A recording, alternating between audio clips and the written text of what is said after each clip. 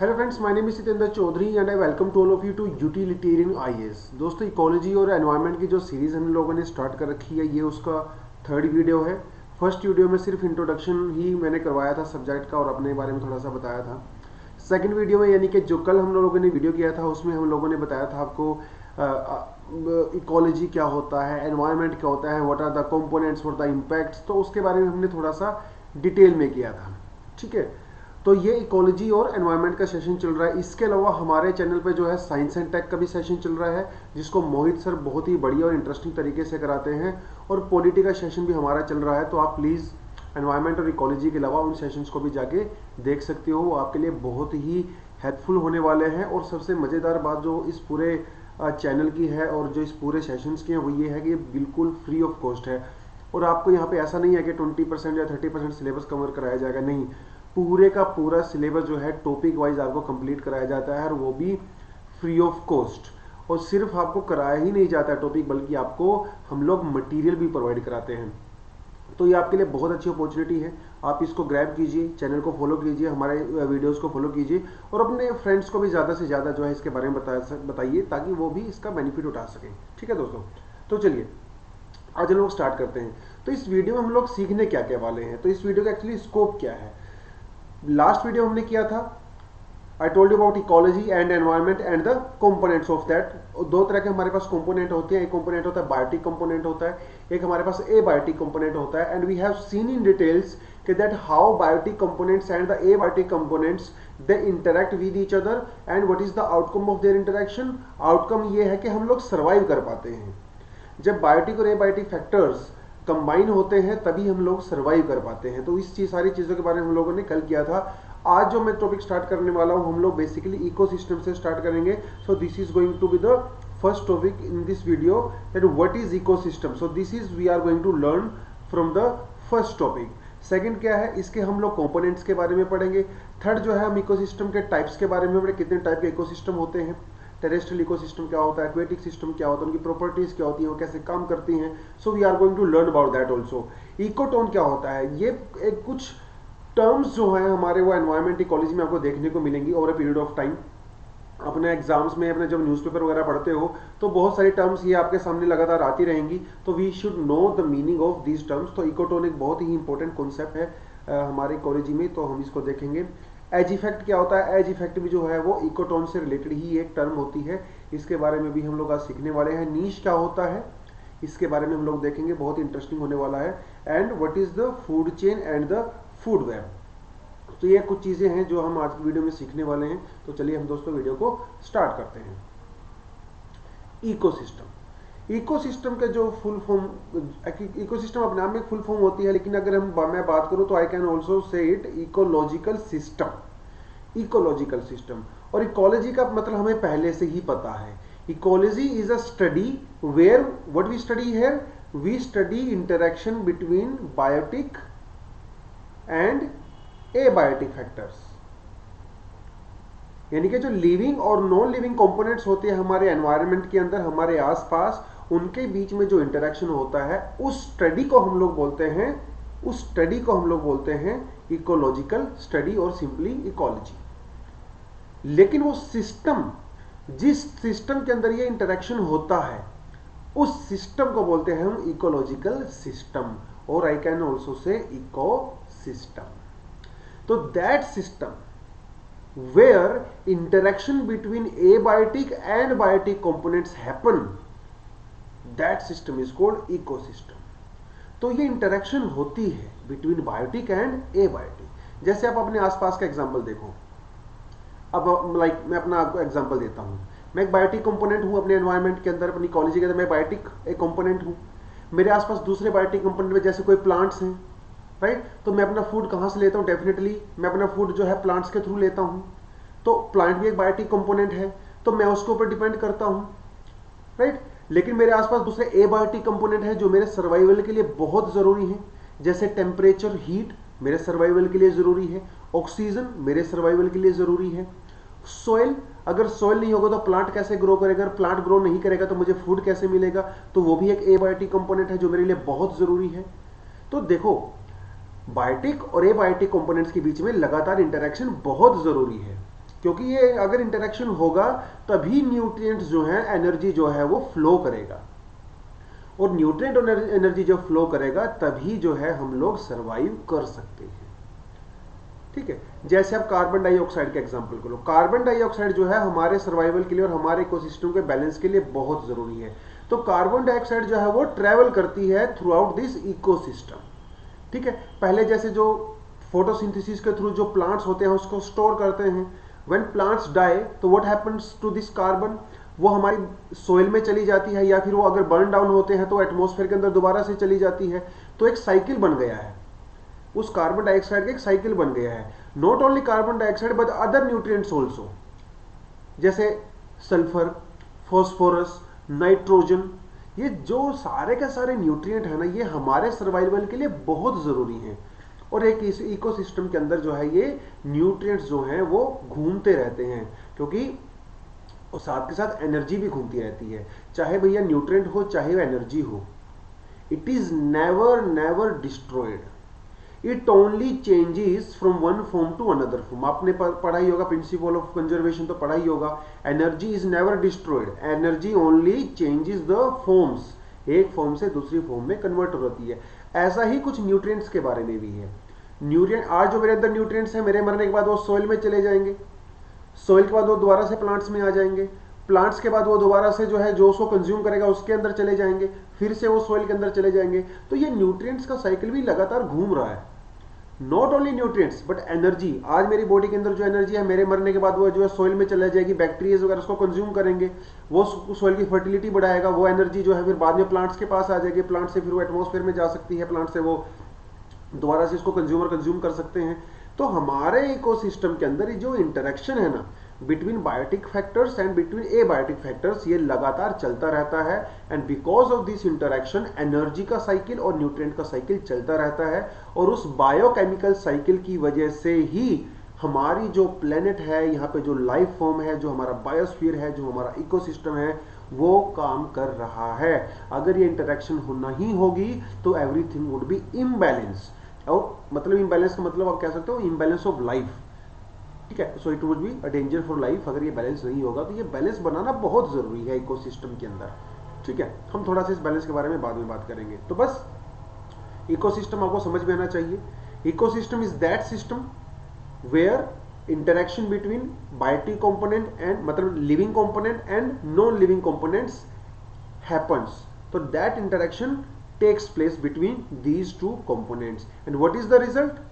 Biochemical cycles, nutrient cycle, energy cycle। और उस cycle की वजह से ही भैया आप भी सांस ले रहे हो, मैं भी सांस ले रहा हूँ, प्लांट्स भी सांस ले रहे हैं, सब लोग अपना फंक्शन कर रहे हैं, और सब लोग अपना फंक्शन कर रहे हैं तो हमारी अर्थ पे जो है वो लाइफ पॉसिबल है।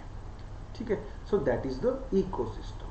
तो इकोलॉजी और इकोसिस्टम में आप कंफ्यूज मत होना, दोनों लगभग सेम ही चीज है। बात यह है कि इकोलॉजी जो है वो ब्रांच है जो इस इंटरेक्शन को स्टडी करती है, और इंटरेक्शन वो एक ऐसा सिस्टम जिसके अंदर ये इंटरेक्शन होता है, दैट इज कॉल्ड इकोसिस्टम। और इसको जो स्टडी किया जाता है that is a branch of biology. ठीक है, उसको बोलते हैं इकोलॉजी। ठीक है, तो इकोसिस्टम मींस इकोलॉजिकल सिस्टम। ठीक है, जैसे आप इस पिक्चर में देख सकते हो, सिंपल सा एक इकोसिस्टम है, एक किसी पॉन्ड का इकोसिस्टम है, पॉन्ड। तो एक पॉन्ड के अंदर बायोटिक फैक्टर भी हो सकते हैं, एबायोटिक फैक्टर्स भी हो सकते हैं। जैसे फ्रॉग बायोटिक कंपोनेंट है, फ्लाइज बायोटिक कंपोनेंट है, वाटर वीड्स, वाटर के अंदर जो वीड्स देख रहे हो ये, ठीक है, they are also biotic component. Fish again biotic component. यहाँ पे कुछ फाइटोप्लैंक्टन्स भी होंगे, कुछ अलगे वगैरह होंगे, they are also biotic component. और वो एक दूसरे के साथ जो है रिलेशनशिप में है ना, कोई किसी को कंज्यूम कर रहा है, कोई दूसरे को कंज्यूम कर रहा है, प्रॉपर फूड वेब बना रहे हैं, है ना, एक दूसरे को कंज्यूम कर रहा है, किसी और को कंज्यूम कर रहा है, वो किसी और को कंज्यूम कर रहा है। लेकिन सबसे पहले तो जो है अलगई जो होते हैं, जो फाइटोप्लैंक्टन्स होते हैं, वो प्रोड्यूसर्स हैं, because they are producing food through the photosynthesis. और फोटोसिंथेसिस का मतलब क्या है? They are getting heat, they are getting carbon dioxide, और वो एबायोटिक फैक्टर है, एबायोटिक फैक्टर है। तो एक छोटे से इकोसिस्टम के अंदर भी आप देखो, जैसे सिस्टम ये एक पॉन्ड का इकोसिस्टम है, इसके अंदर भी बायोटिक कंपोनेंट्स और एबायोटिक कंपोनेंट्स के बीच में लगातार एक इंटरेक्शन बना हुआ है। अगर इस इंटरेक्शन को, इस कनेक्शन को अगर हम लोग तोड़ देंगे तो हमारा पूरा इकोसिस्टम जो है वो गड़बड़ हो जाता है, पूरा इकोसिस्टम जो है वो डिस्ट्रॉय हो जाता है। तो इकोसिस्टम को बैलेंस करना भैया बहुत जरूरी है। अगर एक फैक्टर भी इधर उधर हो गया ना, समझ लो पूरा सिस्टम गड़बड़ हो जाएगा, पूरा सिस्टम गड़बड़ा जाता है। जैसे फाइटोप्लैंक्टन जो हमारे प्राइमरी प्रोड्यूसर्स हैं, वो किसका यूज करते हैं फोटोसिंथेसिस के लिए? सनलाइट का यूज करते हैं। सपोज करो सनलाइट जो है डिस्टर्ब हो गई, आपने यहां पे शेड कर दिया, या फिर कुछ हफ्तों तक जो है वो क्लाउडी कंडीशंस रह गई, तो what will happen? They will not get sunlight, तो फोटोसिंथेसिस जो है वो डिस्टर्ब हो जाएगा, तो they will not produce food, they may even die, and when they will die, तो वो जो ऑर्गेनिजम्स हैं जैसे फिश वगैरह हैं या जूप्लैंक्टन्स हैं जो फाइटोप्लैंक्टन्स को कंज्यूम करते हैं, तो दे विल ऑल्सो डाई। तो व्हेन जूप्लैंक्टन्स विल डाई, तो जो दूसरी फिश होती हैं, स्मॉल फिश जो जूप्लैंक्टन्स को कंज्यूम करती हैं, they will also die, large fish will also die. तो this whole ecosystem will get disturbed if a single factor in your ecosystem is disturbed. So it is highly vital to make this ecosystem balanced. ठीक है, तो बस ecosystem का मतलब यही होता है कि जब बायोटिक यानी कि लिविंग और नॉन लिविंग कंपोनेंट जो है वो आपस में इंटरेक्शन करते हैं। मैं इस पे काफ़ी ज़्यादा फोकस कर रहा हूँ, बार बार इसको बता रहा हूँ, क्योंकि मुझे पता है स्टूडेंट लोग कई बार यहाँ पे कंफ्यूज हो जाते हैं। इकोलॉजी, उनको ऐसा लगता है इकोलॉजी अलग है, इकोसिस्टम अलग है, तो थोड़ा सा चीज़ें हमारे दिमाग में बैठनी चाहिए। Because through out this session, through out this series मैं बार बार जो है इकोसिस्टम वर्ड का यूज़ किया करूँगा, तो आप लोगों को ताकि पता हो कि हम लोग जब इकोसिस्टम जैसे ही आप नाम सुनो तो आपको पता होना चाहिए आई am talking about interaction between living components and non living components. ठीक है, तो that is about ecosystem, that is about ecosystem. ठीक है, आप अपने आसपास कहीं भी इकोसिस्टम देख सकते हैं। इकोसिस्टम बहुत छोटा भी हो सकता है, इकोसिस्टम बहुत बड़ा भी हो सकता है, प्रोवाइडेड के वहां पे इंटरेक्शन होनी चाहिए, प्रोवाइडेड वहां पे इंटरेक्शन होनी चाहिए। छोटा भी हो सकता है, बहुत बड़ा भी हो सकता है। पूरा अर्थ भी एक इकोसिस्टम है, पूरा अर्थ भी जो है एक इकोसिस्टम है, क्योंकि यहां पे भी इंटरेक्शन हो रहा है। अ सिंगल जो छोटा सा पॉन्ड होता है, that pond can also be an ecosystem, छोटा सा इकोसिस्टम है। ठीक है, कोई फॉरेस्ट है, forest is also an ecosystem. कोई ग्रासलैंड है, grassland is also an example of ecosystem. Even जो काउ डंग है, काउ डंग, गाय का जो गोबर होता है, जो वो गोबर करके चली जाती है, तो उसके अंदर भी after few days you will see many insects, many bacterias and all that, they also interact with their physical environment, है ना। That can also be a very small example of ecosystem. तो जहां भी आपको बायोटिक और abiotic component के बीच में इंटरेक्शन दिखाई देगा, समझ जाना that is an example of ecosystem. It can be as small as a cow dung, it can be as big as the complete planet. ठीक है, okay, so that is about your ecosystem. अब हम लोग बात करते हैं types of ecosystem. तो ये जो इंटरेक्शन है between living and non living things, ये इंटरेक्शन जो है वो दो तरीके से हो सकता है, दो तरीके से हो सकता है। एक हो सकता है ये आपका लैंड के ऊपर, एक हो सकता है ये वाटर बॉडीज के अंदर। हमें तो देखो इंटरेक्शन करवाने से मतलब है between living and non living, तो that interaction can have at two places, either on land और in water.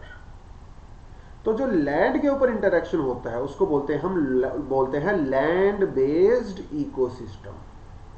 Are you getting this point? Land based ecosystem.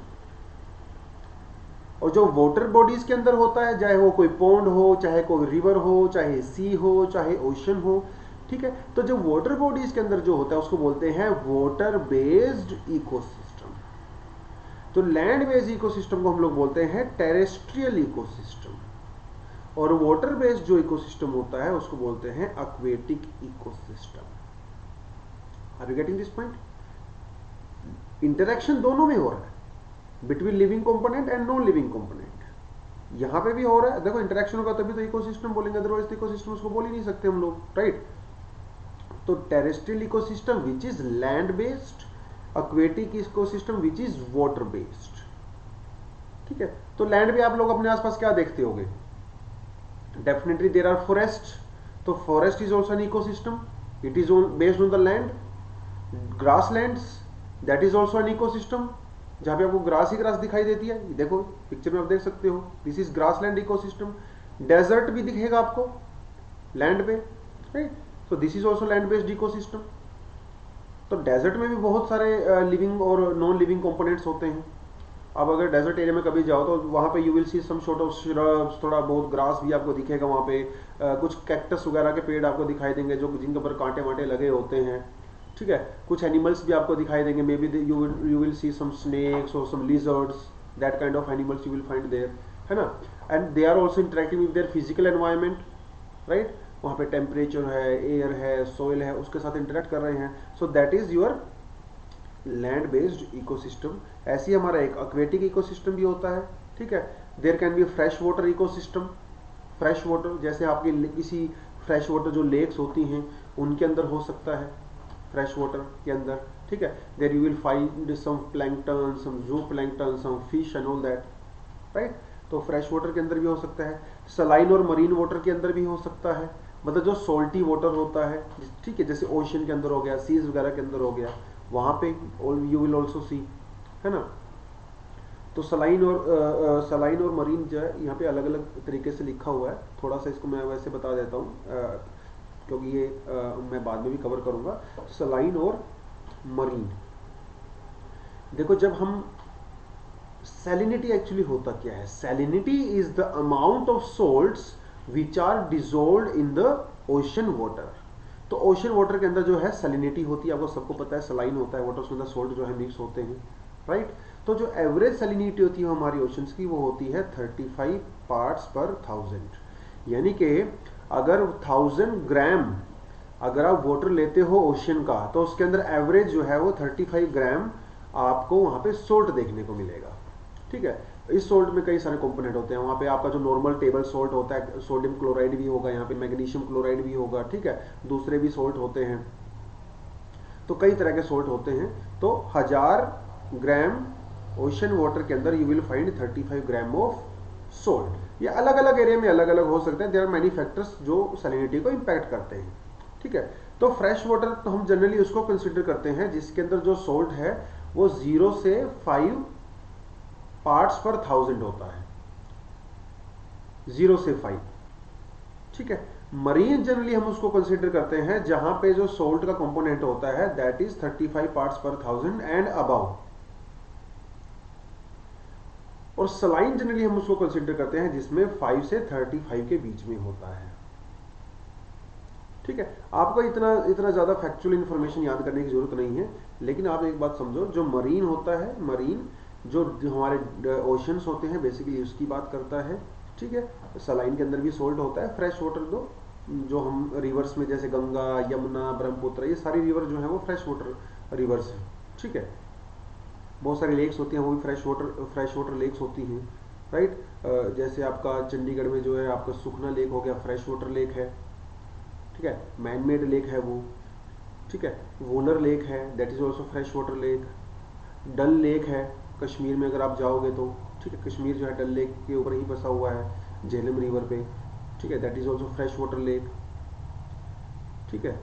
तो कुछ जो है ब्रैकिश लेक भी हो सकती हैं, ठीक है, मतलब जो सलाइन लेक भी हो सकती हैं, सोल्ट लेक भी हो सकती हैं, ठीक है, जैसे पैंगोंग लेक है जिसके अब इंडिया और चाइना का जो इशू चल रहा है, पैंगोंग लेक, ठीक है, that is not a fresh water lake, fresh water lake नहीं है वो, सॉल्ट लेक है, ठीक है। ऐसे ही राजस्थान में you will find many salt lakes.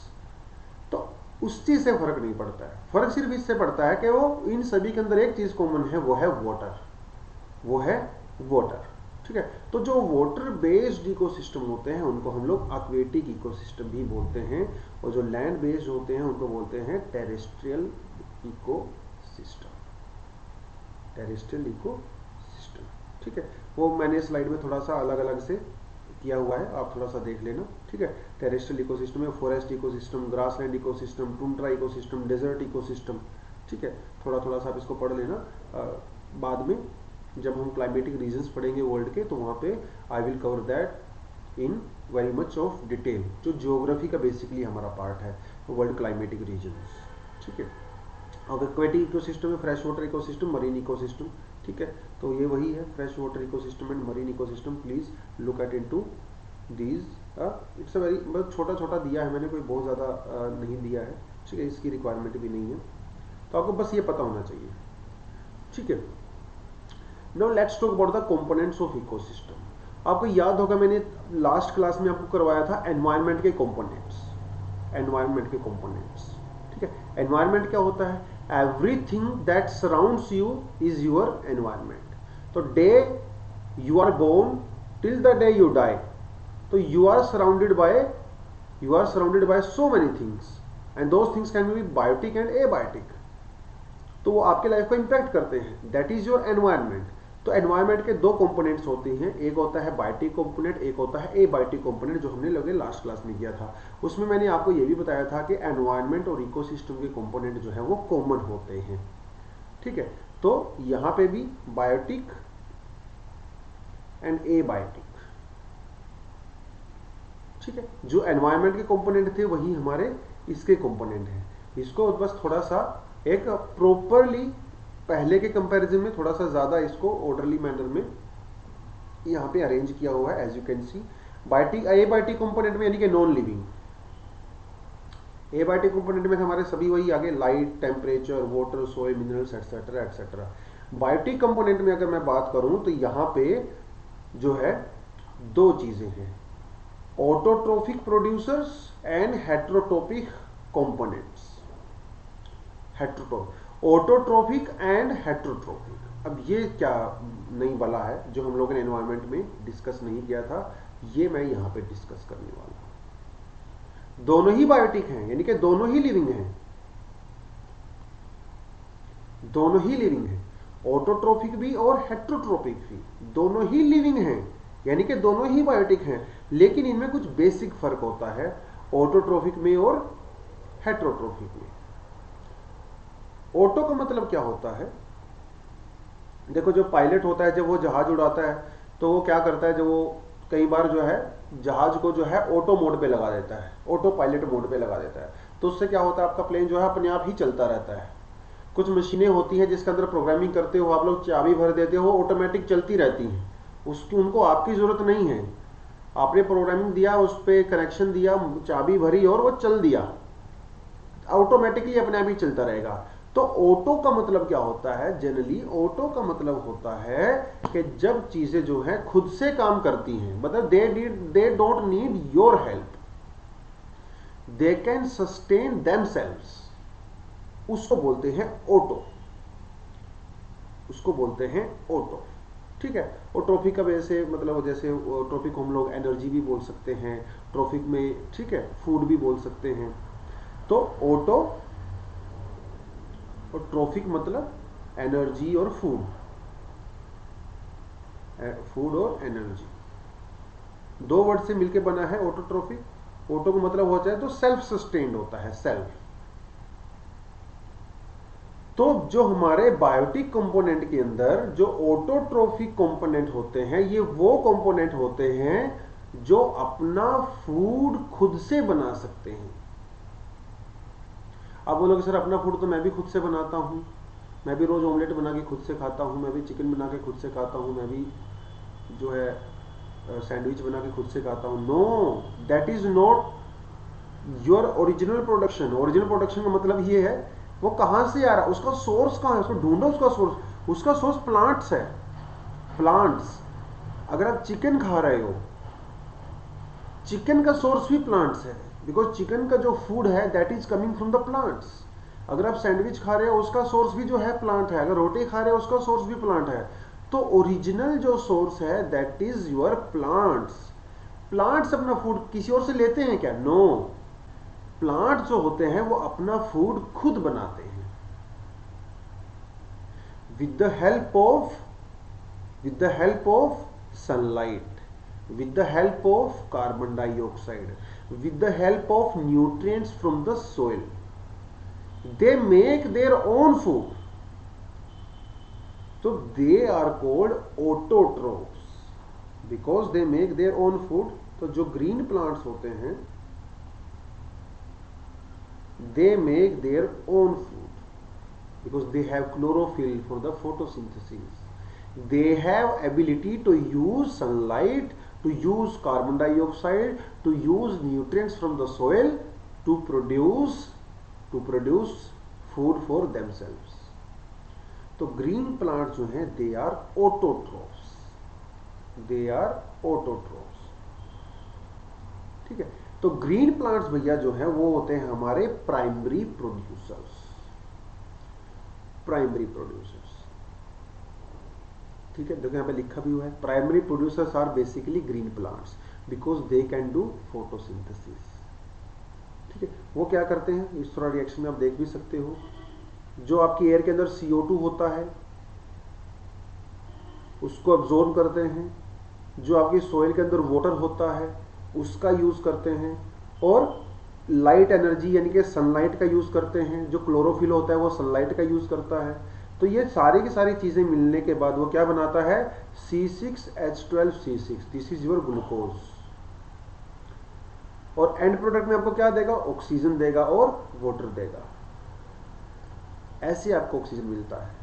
So they are absorbing carbon dioxide from the atmosphere and they are adding oxygen as a by product. तो they will make glucose as a food and they will add oxygen in the atmosphere. तो भैया जो green plants है ना बहुत important है और ये ऑक्सीजन जो है हमारे सर्वाइवल के लिए बहुत जरूरी है. तो इसलिए लोग बोलते रहते हैं कि प्लांटेशन करो. ग्लोबल वार्मिंग से अगर बचना है तो क्या करना पड़ेगा प्लांटेशन करो. राइट. बिकॉज जो प्लांट्स होते हैं they act as a carbon sink. They absorb lot of carbon. और कार्बन जो है वो बहुत ज्यादा बड़ी लेवल पे हम लोग एमिशन करते हैं. That is one of the I would say biggest culprit when it comes to global warming and climate change. ठीक है. Because of the transportation, because of the industrial outputs we just emit lot of carbon dioxide in atmosphere. Carbon dioxide is a green house gas. दूसरे green house gases भी हमारे पास जैसे methane वगैरह हो गया. ठीक है. तो CO2 को अगर एटमॉस्फेयर से कम करना है तो हम अपना ग्लोबल वार्मिंग को भी कम कर सकते हैं. उसके लिए जो हमारे ग्रीन प्लांट्स हैं दे आर वेरी क्रूशियल. ठीक है. तो आप भी जो है कुछ प्लांटेशन वगैरह करो. ठीक है. इतना हम लोग यूज करते हैं, AC यूज करते हैं, रेफ्रिजरेटर यूज करते हैं भैया, दुनिया भर की चीजें यूज करते हैं, बाइक चलाते हैं, गाड़ी चलाते हैं. तो हम लोग CO2 एमिट करते हैं. तो कम से कम थोड़े बहुत पाप करते हैं हम लोग जो CO2 एमिट करके 2-4 पेड़ ही लगा लो यार, थोड़ा सा पाप धुल जाएंगे मे बी. राइट. चलिए. तो जो हमारे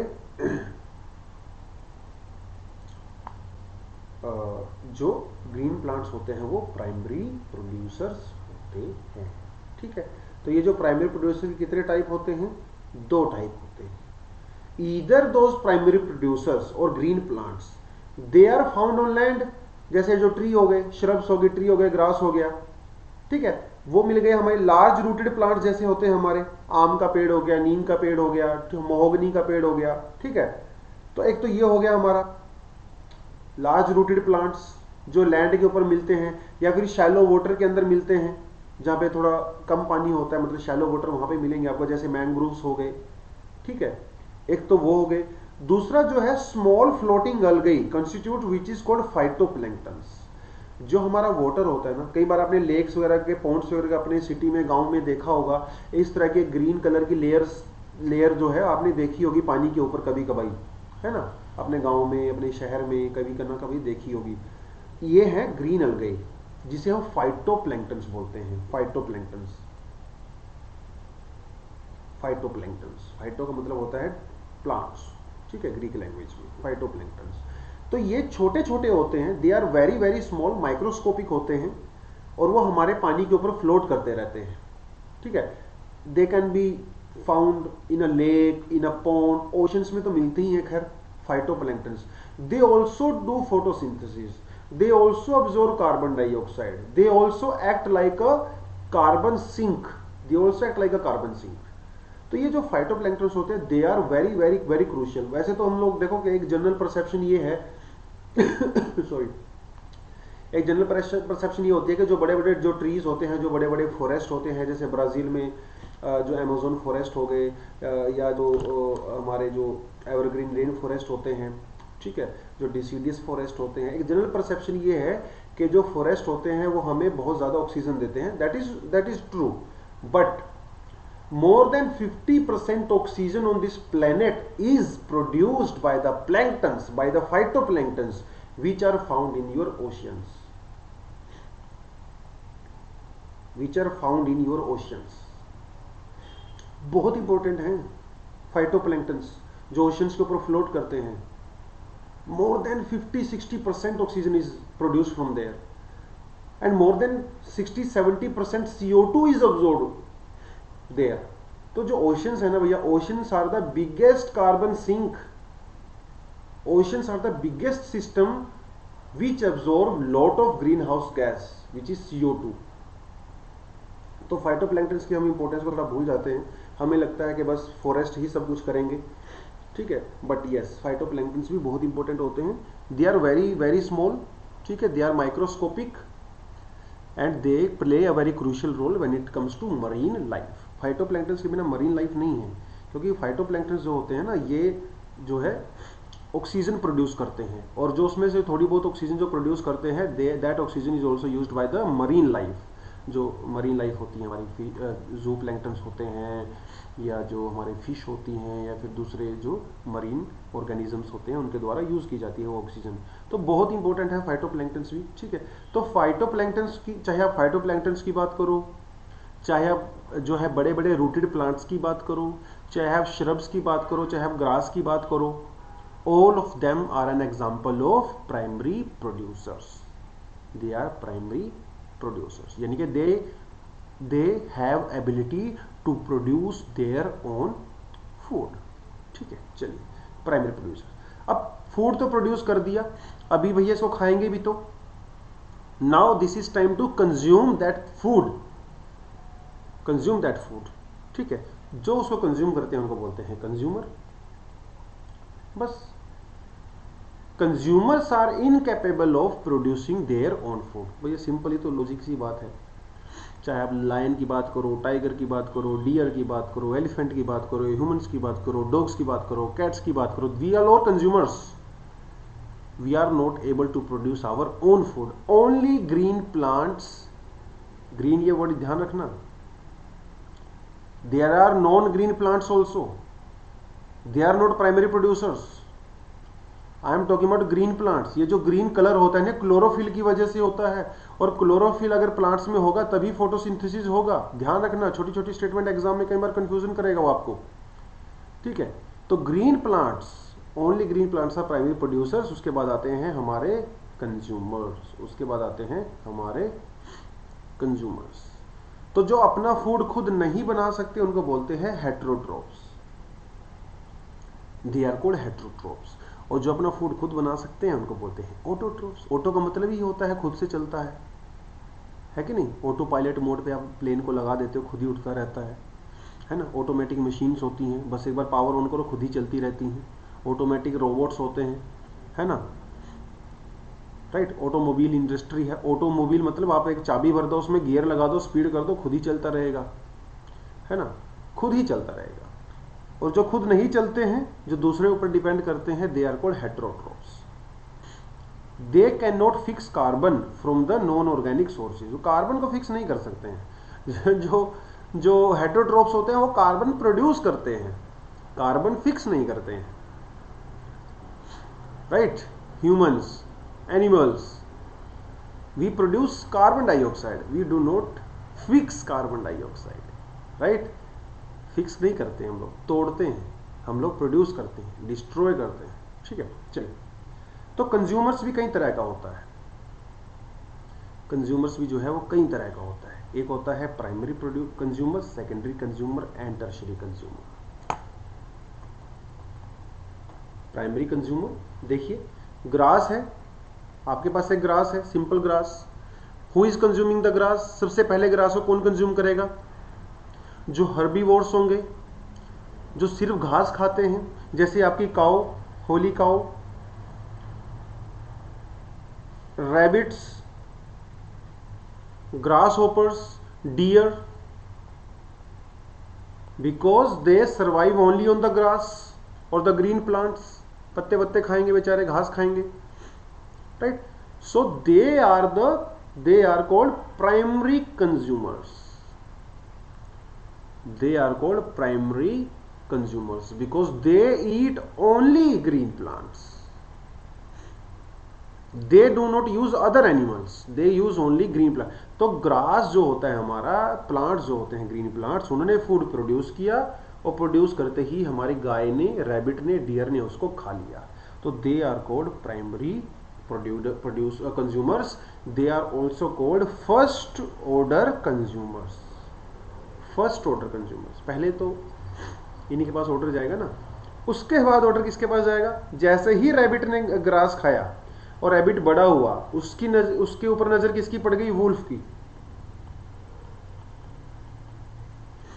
और चीता और अदर कार्निवोर्स जो शिकार करते हैं, शिकारी, उसकी नजर इसके ऊपर पड़ी, डियर के ऊपर पड़ी, रैबिट के ऊपर पड़ी, बेचारे के ऊपर, है ना, क्योंकि ये उनका फूड है। Wolf, cheetah, lion, tiger, they do not eat grass, but they eat those animals that eat grass or green plants.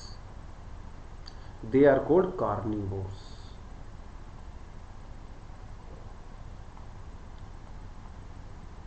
Or we can also call them second order consumers or secondary consumers. Secondary consumers, लेकिन secondary, कम कहते हैं ना, शेर को सवा शेर भी मिलना होता है ना। एक बेचारे छोटे से रैबिट को खा के वुल्फ ने सोचा कि मैं तो बहुत पावरफुल, मैंने तो जो है उसको खा लिया, लेकिन उसको ये नहीं पता कि भैया अभी तुम्हें खाने वाला भी कोई बैठा है, राइट। तो वुल्फ को कौन खा सकता है? लायन खा सकता है, टाइगर खा सकता है, सॉरी, है ना। तो this wolf can be consumed by tiger और लायन, टाइगर और lion, they are called tertiary consumers, they are called tertiary consumers. जैसे जो छोटे छोटे फाइटोप्लैंक्टन्स होते हैं हमारे ओशंस के अंदर, दो small phytoplanktons are consumed by the zooplanktons, वो भी माइक्रोस्कोपिक छोटे छोटे एनिमल्स होते हैं, and those zooplanktons are consumed by small fish, छोटी छोटी फिश होती है उनको खाती हैं, छोटी फिश को जो है बड़ी फिश खाती हैं, जैसे शार्क हो गया। तो जो शार्क जो है that is also tertiary consumer, जो स्मॉल फिश होती हैं दे आर सेकेंडरी कंज्यूमर, और जो हमारे जू प्लैंक्टन्स होते हैं they are your primary consumer, जो फाइटोप्लैंक्टन्स होते हैं they are your primary producer. तो मेरे ख्याल से भी आप चेन समझ के होंगे, है ना, उसने उसको खाया, उसने उसको खाया, उसने उसको खाया, ठीक है। तो रैबिट इज कंज्यूमिंग ग्रास और अ dear, and this rabbit is consumed by a wolf or a cheetah, और this wolf or cheetah is consumed by lion। आप बोलोगे सर क्या ये रैबिट को लायन डायरेक्ट नहीं खा सकता है? ऑफ कोर्स खा सकता है, but still that lion would be tertiary consumer because that is on the top of the food chain, that is the most powerful, that is on the top of the food chain. तो ये food chain है, ये chain बन गई है हमारे ecosystem में। You will find so many food chains, जहां पे एक ऑर्गेनिज्म दूसरे को कंज्यूम करता है, दूसरा तीसरे को, तीसरा चौथे को। That is how they get energy and that is how energy is transferred, that is how nutrients are transferred. आप न्यूट्रिएंट्स लेने के लिए क्या करते हो? आप चिकन खाते हो, आप फ्रूट्स खाते हो, आप रोटी खाते हो, बिकॉज इकोसिस्टम के अंदर जो है एनर्जी का ट्रांसफर बहुत जरूरी है, न्यूट्रिएंट्स का ट्रांसफर बहुत जरूरी है, तभी हमारा इकोसिस्टम बैलेंस रहेगा, ठीक है। तो through this process in our ecosystem, through this process nutrients are recycled, energy is also recycled, और एनर्जी का प्राइमरी सोर्स को क्या है? हमारा सनलाइट, बिकॉज सनलाइट से ही प्लांट्स जो है प्रोड्यूस करेंगे। सनलाइट नहीं होगा तो भैया प्लांट्स प्रोड्यूस नहीं करेंगे, प्लांट्स नहीं होंगे तो प्राइमरी कंज्यूमर नहीं होंगे, प्राइमरी कंज्यूमर नहीं होगा तो सेकेंडरी नहीं होंगे, सेकेंडरी और टर्शियरी कहां से होंगे? तो सारा का सारा खेल जो है वो सनलाइट से चल रहा है ना। तो one of the single source of energy on earth is your sunlight. तो 99.9% एनर्जी इज रिसीव्ड थ्रू सन। आप बोलेंगे सर 0.01% कहां से आ रही है? 0.01% हीट और energy can be received from the volcanic eruptions और जियोथर्मल एनर्जी। ठीक है, उसके बारे में कभी बात करेंगे। बट यस, जो हमारा सनलाइट होती है that is very very crucial. So are you getting now? Primary, secondary and tertiary consumers. Simple है, इजी है, कोई बहुत ज्यादा मैं कॉम्प्लिकेटेड कॉन्सेप्ट आपको करवा भी नहीं रहा हूं। सिंपल तरीके से समझेंगे और मजा करेंगे। ठीक है, अब हेट्रोट्रोप्स, ये तो हो गए हमारे हेट्रोट्रोप्स। ठीक है, ये हो गए हमारे हेट्रोट्रोप्स।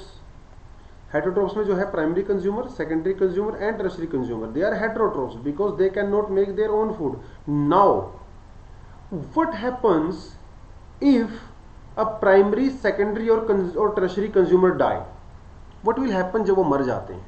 जब हम लोग मर जाएंगे तो क्या होगा? जब एक लायन मर जाएगा तो क्या होगा? एक टाइगर मर जाएगा तो क्या होगा? जो डियर है, जो रैबिट है, जो हमारा प्राइमरी कंज्यूमर था, वो मर जाएगा तो क्या होगा? Who will eat them? जो उनको ईट करते हैं, उनको जो कंज्यूम करते हैं, they are called decomposers. They are called decomposers. इनको हम लोग सेप्रोट्रोप्स भी बोल सकते हैं। Autotrophs, heterotrophs and सेप्रोट्रोप्स।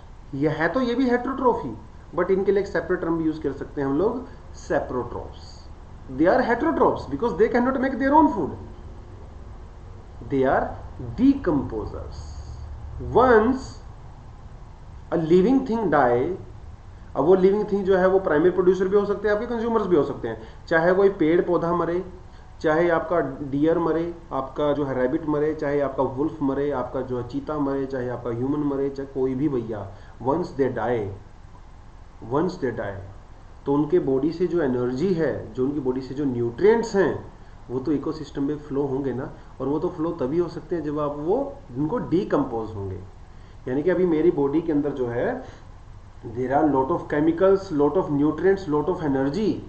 तो once I die, those nutrients, those components, those chemicals, that energy, definitely it will travel in our ecosystem further.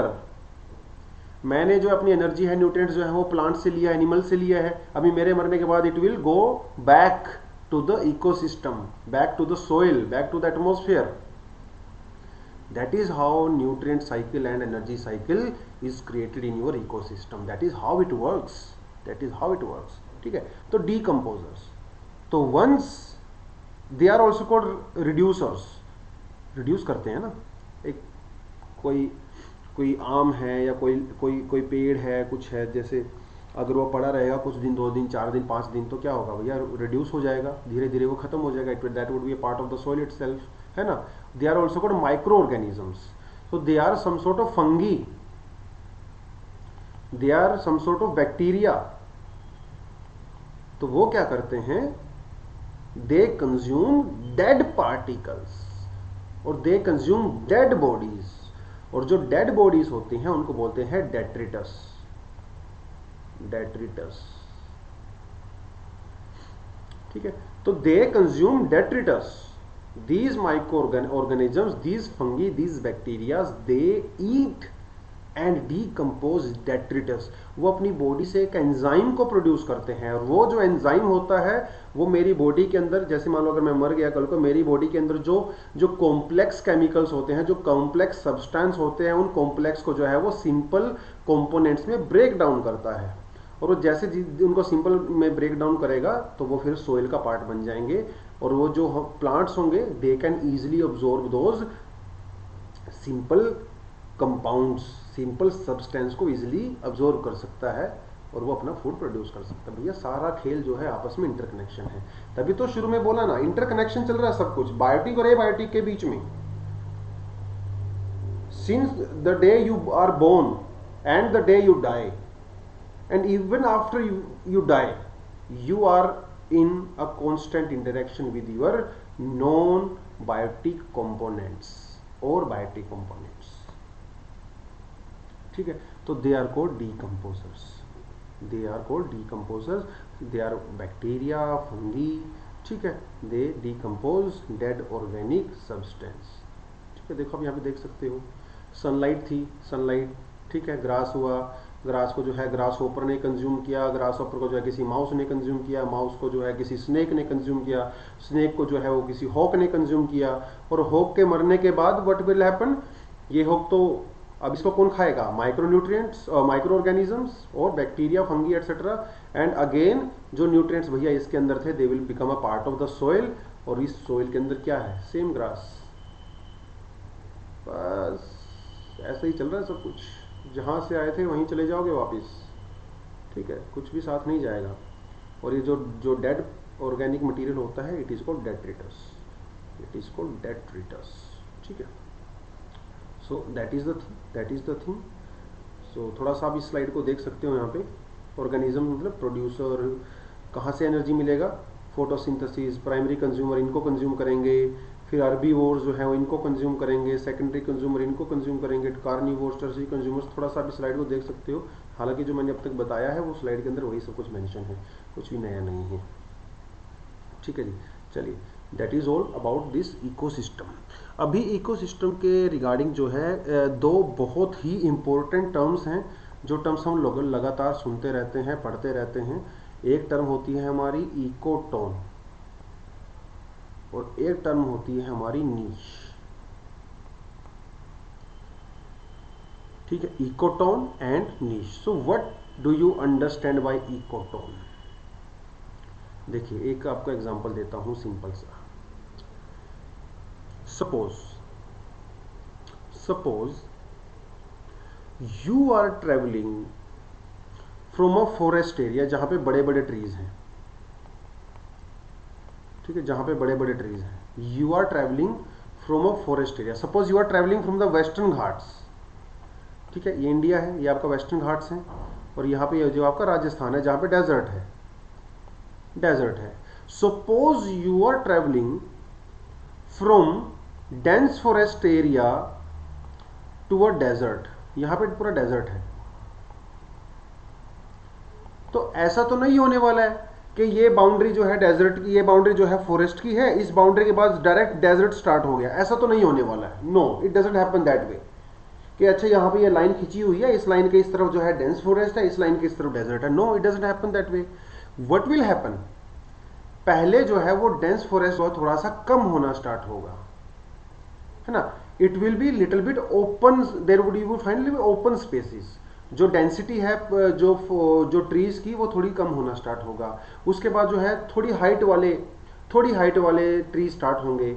उसके बाद जो है धीरे धीरे थोड़ी घास स्टार्ट होगी, ग्रास स्टार्ट होगी, धीरे धीरे वो ग्रास भी छोटी होती चली जाएगी, और फिर धीरे धीरे आपको सैंड दिखने लगेगा, यू विल फाइंड डेजर्ट। तो ये ट्रांजिशन होता है धीरे धीरे धीरे धीरे धीरे। ऐसा नहीं होता कि इस लाइन के इस तरफ डेंस फॉरेस्ट, इस लाइन के ऊपर एकदम पूरा desert. No, it doesn't happen that way, right. So transition होता है, ट्रांजिशन होता है, ठीक है। जब आप ओशन से लैंड के ऊपर आते हो तो आपका जो कोस्ट में जो एरिया होता है, कोस्टल जो एरिया होता है, वहां पे यू फाइंड मैंग्रूव्स।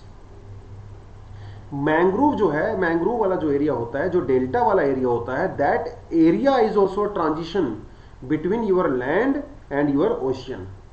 तो वो ट्रांजिशन होता है, एकदम से चीजें जो है चेंज नहीं होती हैं, धीरे धीरे धीरे जो है वो उनकी कैरेक्टरिस्टिक्स चेंज होती है, धीरे धीरे कैरेक्टरिस्टिक्स चेंज होती है, ठीक है।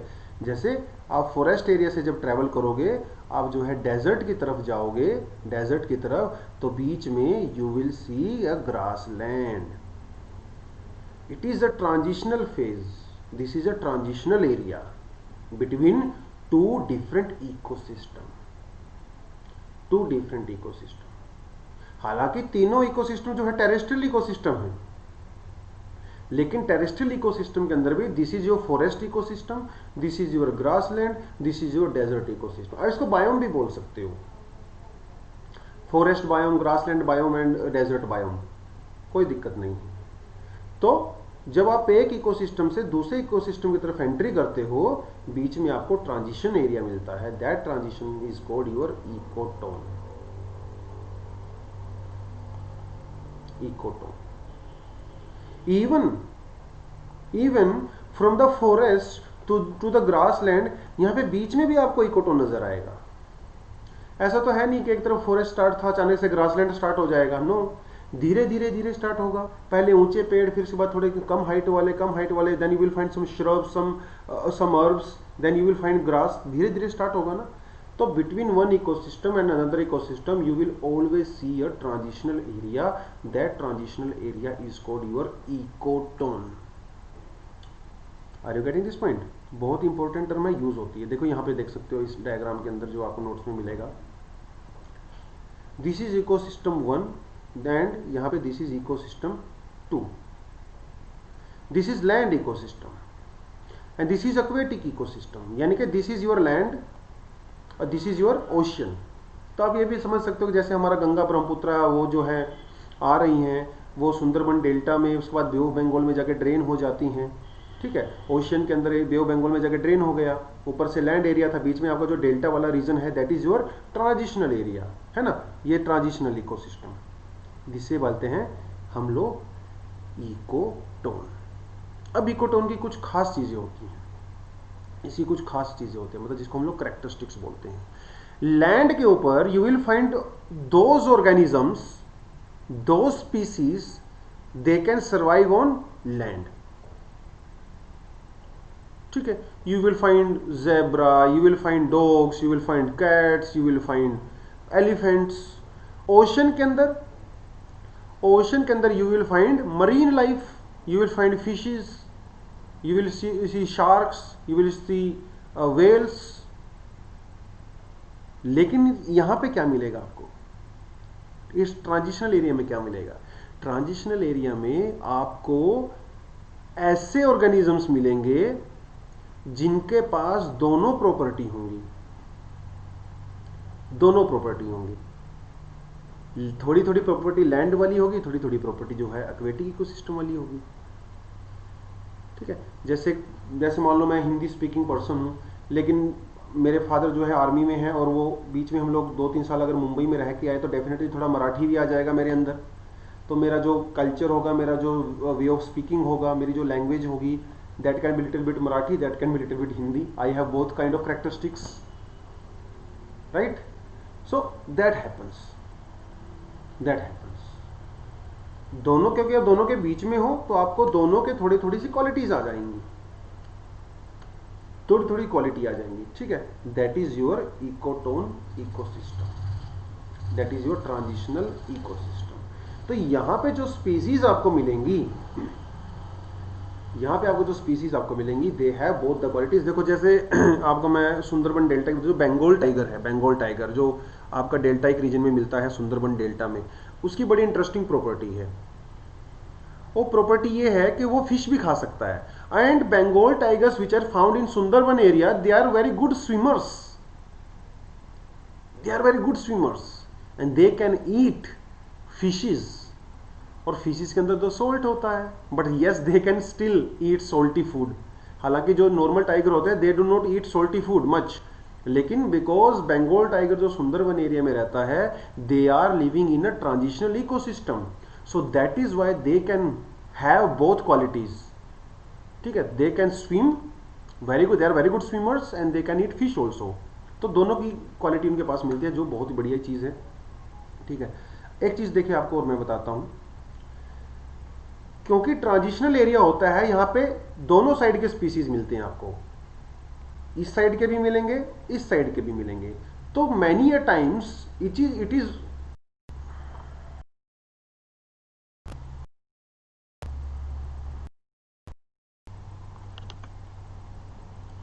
हेलो।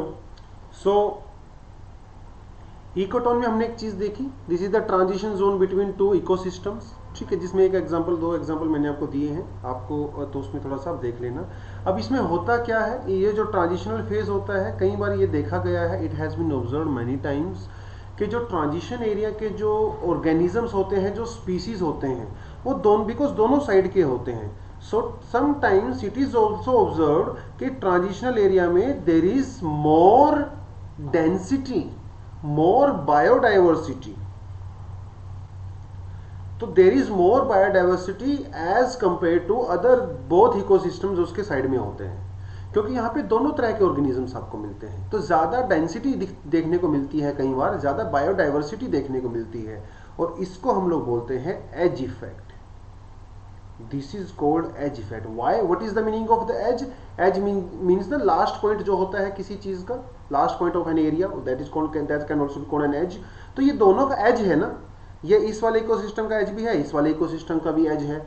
तो ये जो एज वाला एरिया होता है ना, समटाइम्स, हर हमेशा नहीं, but sometimes it is observed कि यहां पे you will see greater biodiversity, greater biodiversity और more population density as compare to other two areas. This is called edge effect. याद रहेगा सबको, this is called edge effect. कई बार exam में यहां से क्वेश्चन पूछा गया है, तो आपको थोड़ा सा ध्यान में रखना चाहिए कि एज इफेक्ट क्या होता है। कई बार सिंपल सा क्वेश्चन दे सकते हैं कि edge effect is related to what, तो दे विल गिव यू, उसमें से एक ऑप्शन आपको मिलेगा इकोटोन और ट्रांजिशनल इकोसिस्टम। तो सिंपल सा एक बार ध्यान रख लेना आपने। तो एज इफेक्ट में अंदर क्या क्या हो सकता है, यहाँ पे you can find more biodiversity और you can find more population density also. ये भी आपको स्टेटमेंट एग्जाम में इस तरह से दी जा सकती है, ठीक है। तो बस इसको थोड़ा सा अपने ध्यान रखना है। कोई बहुत ज्यादा कॉम्प्लिकेटेड टॉपिक नहीं है, but still I have devoted it much time so that you can have understanding kind of very clearly, ठीक है। सो एक तो चीज होगी हमारी इकोटोन, इंपॉर्टेंट है, एग्जाम में पूछा जाता है बार बार, स्टेटमेंट बेस्ड क्वेश्चन यहां से आ सकता है।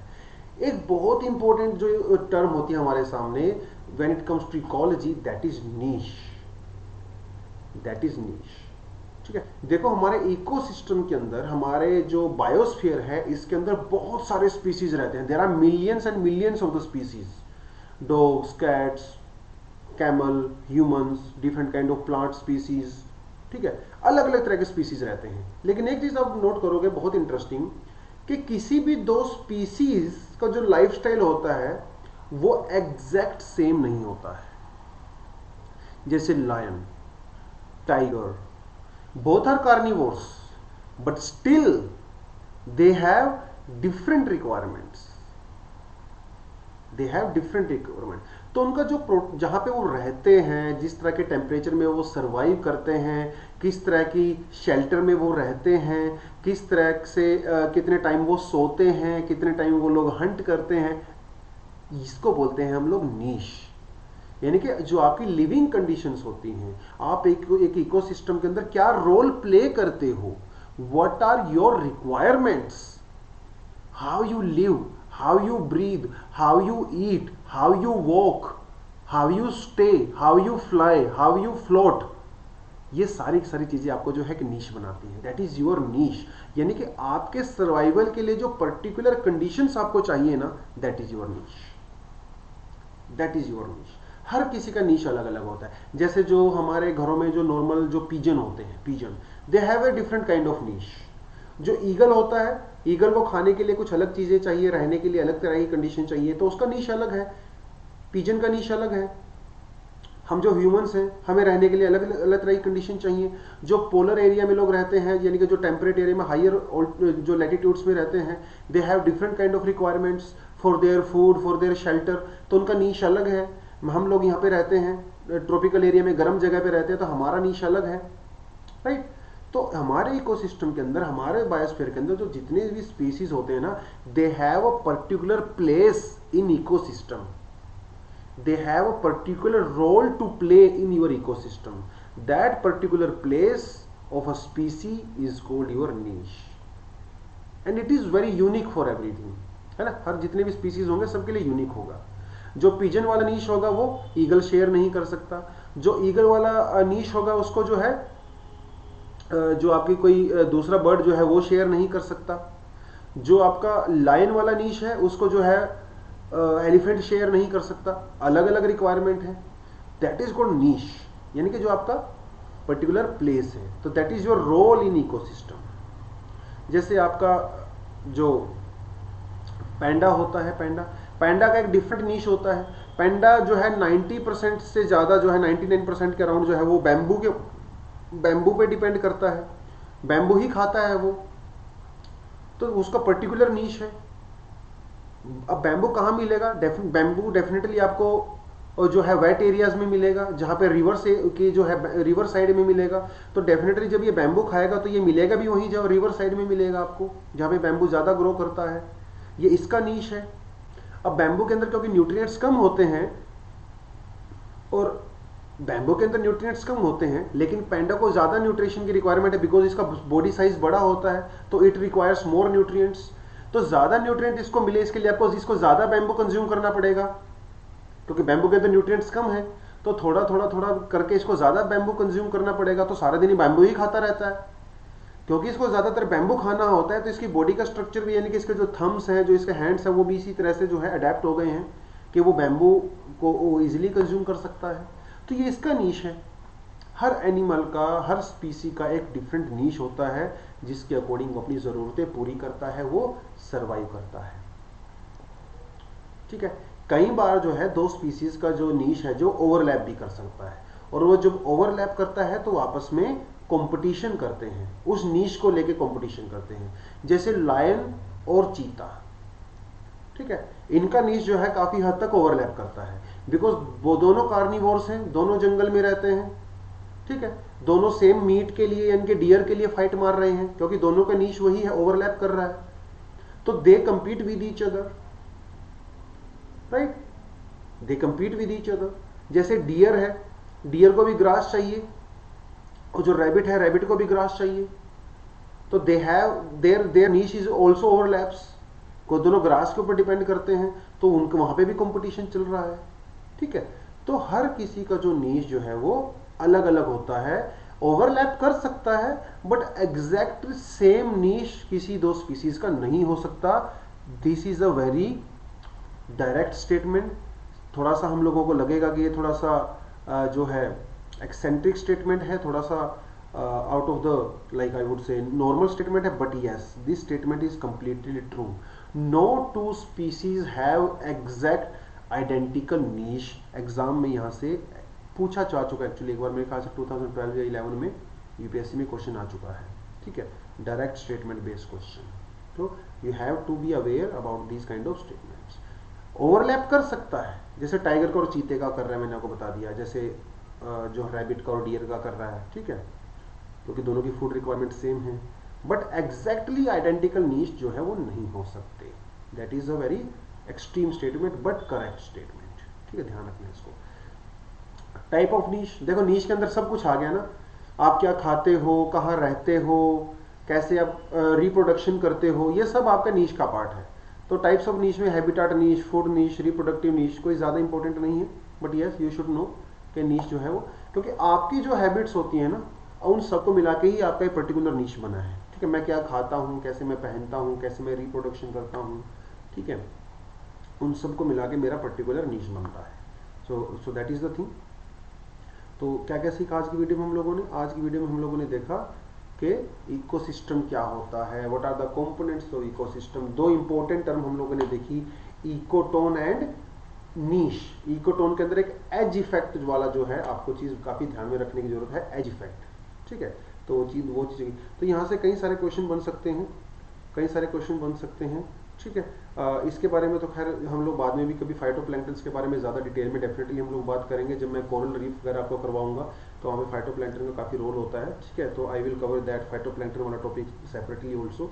ठीक है, बाकी you need to know about the primary consumer, secondary consumer, tertiary consumer. ये चीज़ें आपको बड़ा ध्यान से करने की जरूरत है, क्योंकि अभी हम लोग फूड चेन पढ़ेंगे, और फूड चेन के बाद हम लोग पिरामिड्स के बारे में पढ़ेंगे। ठीक है, pyramid of energy, pyramid of mass, वो क्या होता है, ये आपको तभी समझ में आएगा जब थोड़ा सा ये चीज़ें आपको समझ में आने की आएंगी। ठीक है, आपको एक चीज़ समझने की जरूरत है कि जो इकोसिस्टम होता है, इकोसिस्टम के अंदर जो जितने भी जो हमारे ऑर्गेनिजम्स होते हैं, वो एक दूसरे के ऊपर डिपेंड करते हैं, और क्योंकि वो एक दूसरे को या तो कंज्यूम कर रहे हैं या फिर वो फूड को प्रोड्यूस कर रहे हैं, अल्टीमेटली एक से दूसरे के बीच में जो है एनर्जी और न्यूट्रिएंट्स जो है वो ट्रेवल करता रहता है। ठीक है, तो हमारे पूरे इकोसिस्टम के अंदर एनर्जी, रिसाइकिल होती है और न्यूट्रिएंट्स भी रिसाइकिल होते हैं। That is how our ecosystem is balanced, that is how our ecosystem is balanced. तो ये हमारी रिस्पॉन्सिबिलिटी है कि हम इकोसिस्टम को बैलेंस रखें, क्योंकि इकोसिस्टम अगर बैलेंस रही नहीं रहेगा तो हमारी पूरा बायोडाइवर्सिटी जो है वो इम्बैलेंस हो जाएगा। और भैया अगर बायोडाइवर्सिटी और सब इम्बैलेंस हो गया तो ये जो बायोटिक और एबायोटिक का कंपोनेंट का जो बैलेंस है ना वो पूरा डगमगा जाएगा। अगर वो पूरा डगमगाया जाएगा तो हमारी लाइफ जो है वो डिस्ट्रॉय हो जाएगी, क्योंकि इकोसिस्टम में अगर एक कंपोनेंट भी इधर से उधर अगर हो जाता है तो इकोसिस्टम को दोबारा अपने आप को बैलेंस करने में it takes lot of time. ठीक है, तो कैटास्ट्रोफिक इंपैक्ट भी कई बार यहाँ पे देखने को मिलेंगे। So that is all about your ecosystem. ठीक है, नेक्स्ट क्लास में we will continue little bit about ecosystem, but our main focus would be on food chain, food web and the pyramid वाला एस्पेक्ट। ठीक है, so that is going to be very interesting. Exam के perspective से बहुत important है वो आपका food web हो गया, फूड चेन हो गया, दोनों के बीच में क्या डिफरेंस होता है, कैसे काम करता है, इनकी कैरेक्टरिस्टिक्स क्या है, प्रॉपर्टीज क्या है, and your pyramids, ecological pyramids. ठीक है, very important for your exam, बहुत इंटरेस्टिंग भी है और आपके लिए इंपॉर्टेंट भी है। अपार्ट फ्रॉम दैट आज की क्लास से कुछ थोड़े से प्रैक्टिस के लिए कुछ एमसीक्यूज हैं, देयर आर 5 एमसीक्यूज। ठीक है, प्रैक्टिस के लिए अब बहुत ज़्यादा कॉम्प्लिकेटेड नहीं है, बिकॉज टॉपिक भी बहुत कॉम्प्लिकेटेड नहीं थे, सिंपल सा टॉपिक मैंने आपको कराया है। But yes, for your practice I have given you 5 MCQs. थोड़ा सा आप इसको करोगे, ठीक है, क्लास ध्यान से करोगे तो डेफिनेटली इसको आप कर लोगे, कोई दिक्कत नहीं है। और आप कमेंट सेक्शन में तो ज़रूर बताओगे कि इनका आंसर क्या है, सो दैट जो है जो डाउट क्लियरिंग क्लासेस होंगी उसमें जो है हम लोग इन पे डिस्कस कर सकते हैं फर्दर। ठीक है, so that is all for that day. अभी जो है आप अगली वीडियो का वेट करिए, अगली वीडियो में we are going to cover more aspect about ecosystem, your pyramids and your energy nutrient cycles etcetera. ठीक है, so that is all for the day. Thank you very much and all the best.